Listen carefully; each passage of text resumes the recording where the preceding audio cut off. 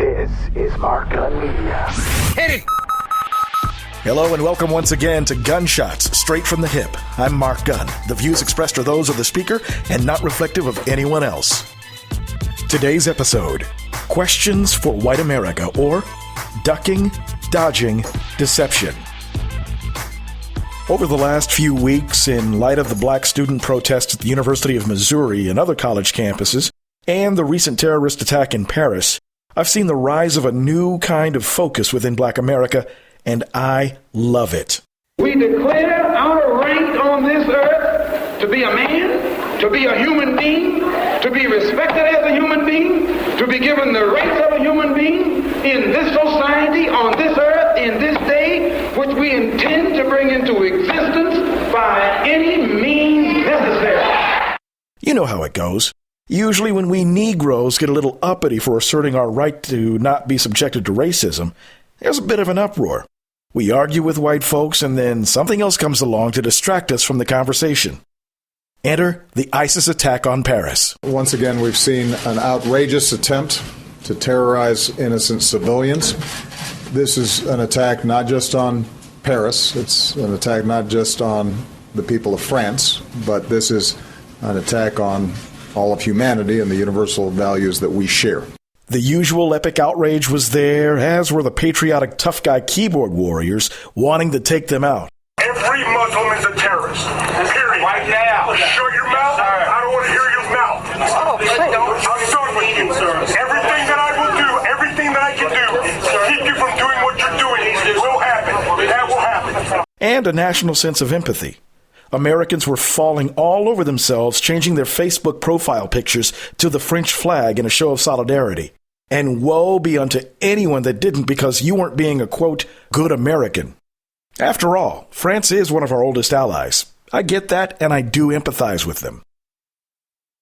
You see, this is usually the time when we're all supposed to put everything else aside for the good of the country. But that didn't happen. What I saw was something just as powerful. I saw black folks on social media refuse to let the conversation be diverted. We weren't done talking about the acts of terrorism we've endured since we were brought here. Damn it, we had questions and we wanted answers. Questions like, where were the flags for Nigeria or Kenya? Didn't they deserve our compassion? Where were the flags for those who were murdered during the Black Wall Street Massacre or Rosewood? If you don't know about them, Google them. Where were the flags for the 9 black worshipers that were brutally murdered by the racist animal who had the nerve to pray with them? Oh, yeah, I forgot. There was that whole load of crap with the Confederate flags. Today, we are here in a moment of unity in our state, without ill will, to say it's time to move the flag from the Capitol grounds. The rebel flag remained high, padlocked into place, untouchable without an override by 2/3 of the state legislature. I suppose that's something. There's a whole host of questions that we are asking white America. Questions we've been asking, but getting answers seems to be damn near impossible. Now, I'm going to ask them anyway, but fair warning, some of them will offend some people. Question 1. Why do so many of you seem to have a hard time believing that racism is still a problem in this country? Have you had your heads buried so far in the sand that you've deluded yourselves into thinking that if I don't see it, it doesn't exist? Do you think, and I don't know how many times I've heard this, that just because Oprah is one of the most powerful women in media, and that so many of us have excelled at whatever field of endeavor, that racism is officially over? Oh, and the whole "we have a black president" thing is kind of cute too. Let me guess. The Supreme Court said it was no longer an issue, and yet, here we are. Our problems didn't start in Ferguson. This is a veil that has been over this country, and I think we are moving, but there's a lot of people that are marginalized. And if you're not black, it's very difficult to empathize with what happened. Question 2. What the hell is the race card? And why do you always accuse us of playing it whenever we air our legitimate grievances? Is it a tool that you use in a feeble attempt to delegitimize any conversation about race? Those of us who are victims of white supremacy, social injustice, economic inequality, and racism. President Obama, baby. Let me tell you what. One black man in public housing in D.C. does not solve the problems of African-American culture across the board. He is an extraordinary figure who represents what we can be, but we know at the same time that Obama is here, Oscar Grant is being murdered, black people are still in prison at disproportionate rates. Question 3. Why are some of you thinking that I'm playing it right now? Do you have any idea of how comical that concept is? Question 4. Why is it your first instinct to yell, "What about black on black crime?" whenever the history of white on black crime is discussed? After all, there's over 400 years of it to talk about. By the way, what about white on white crime? Where's the white leadership? Number 5. Why does racism seem to be a zero-sum game to some of you? Is it your mindset that for every bit more equity that we get as black people, you as white people lose something? I remember an interview during the 2008 election season where this little old white lady actually said, "I'm afraid if he wins, the black will take over." Question 6. What have you lost in your being white? Is it something that you were brainwashed into thinking that you had but never had in the first place? Question 7. I've heard quite a few of you say, "We've come to take our country back." Back to what? When has there ever been a time when America was perfect?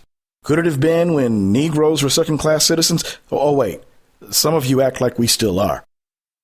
Question 8. Why do some of you actually form your lips to say that, quote, race relations were better before Obama came along? Better for whom? Can you honestly tell me when, throughout the course of history, race relations in America have ever been good? Oh, they've improved, but they're not anywhere near where they need to be. Question 9. This is a hard one now. Why do you deny that white privilege exists? Does white privilege exist? Absolutely. What is it? It's the ability to have our kids playing in a park and play with a toy gun and not get shot. Do you think white privilege exists? Definitely. It's basically a ticket to anything that everybody else is excluded from because of your skin color. Do you think you benefit from that? Absolutely. How so? I can expect to be treated respectfully, and I can expect to be taken for who I am without people thinking about my skin color often. It's fucked up. Oh, and when it comes to jobs, did you hear the one about the young black woman who submitted her resume to several companies and never got a call back because her name, quote, sounded black?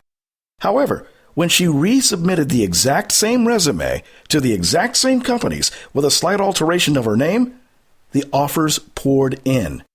A young Latino named Jose did the exact same thing when he changed his name to John. Same results. Why do you think that is? Question 10.